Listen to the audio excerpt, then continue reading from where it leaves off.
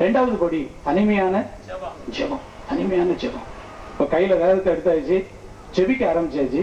இப்போ உலகத்துல நிறைய கண்ணு, நம்ம வீட்டில் உள்ள பேருடைய நிறைய கண்ணு அப்படியே நம்மளை எரிச்சுவாங்க. பார்வை இல்லாமனுக்கும் பார்வை வந்துருப்போம். நம்மளை ஒரு மாதிரி பார்ப்போம். முன்னால ஒரு மாதிரி பார்வை இல்லம்மா, இப்போ நம்மளை பார்க்கறதுக்கு ஸ்பெஷல் பார்வை பிசாசு கொடுத்துருவாங்க. நல்லா பாரு, என்ன குற்றம் கண்டுபிடிக்கலாம், சோமனது ஆகலாம், பைபிளை படிக்க ஆகலாம், அது இப்ப எப்படிலாம் இருக்காங்க அப்படின்னு சொல்லி இப்படி ஒரு மாதிரி பாண்டியில நம்மளை குற்றம் கண்டுபிடிக்கிறதுக்கு திரு திரு திரு திருன்னு நினைச்சு மக்கள் நிற்பாங்க. சாட்சியா இருக்கணும். மூன்றாவது படி என்னன்னு கேட்டா சாட்சி. மூன்றாவது படி என்னது? சாட்சி. அல்லேலூயா.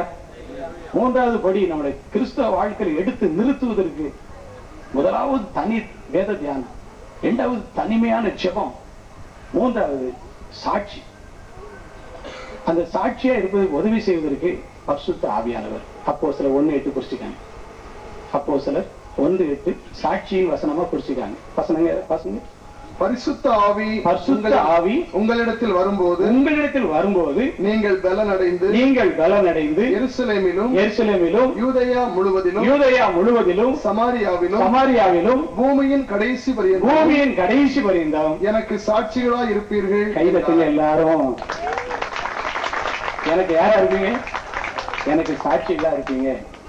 இங்க இந்த ஜெப ஐக்கியத்தில் உள்ளவங்களுடைய சாட்சி எருசலேமில மட்டுமல்ல, யூதேயா முழுவதில் மட்டுமல்ல, சமாரியாவில் அல்ல, எங்க வரைக்கும் போகணும்?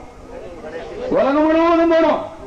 அந்த விசுவாசம் உலகம் முழுவதும் போகக்கூடிய விசுவாசமா மாறணும். அதுக்காக தான் இன்னைக்கு பாஸ்டிங் போட்டு 110 பொறுப்பாளர் திட்டம். அதான். இது ஒண்ணும் தோல்வி கிடையாது, இது ஒண்ணும் குறையில்லை. இது தேவன் கொடுத்த திட்டம், தேவன் கொடுத்த தரிசனம். தீவிரமா நடந்தே தீரும். அதுக்கு எல்லாரையும் ஆண்டவர் இழுத்து கொண்டு போறார். மூன்றாவது படி சாட்சி. எங்கெல்லாம் சாட்சியா இருக்கணும்? முதலாவது சாட்சி எருசலேம் போட்டிருக்கு. முதலாவது எங்க?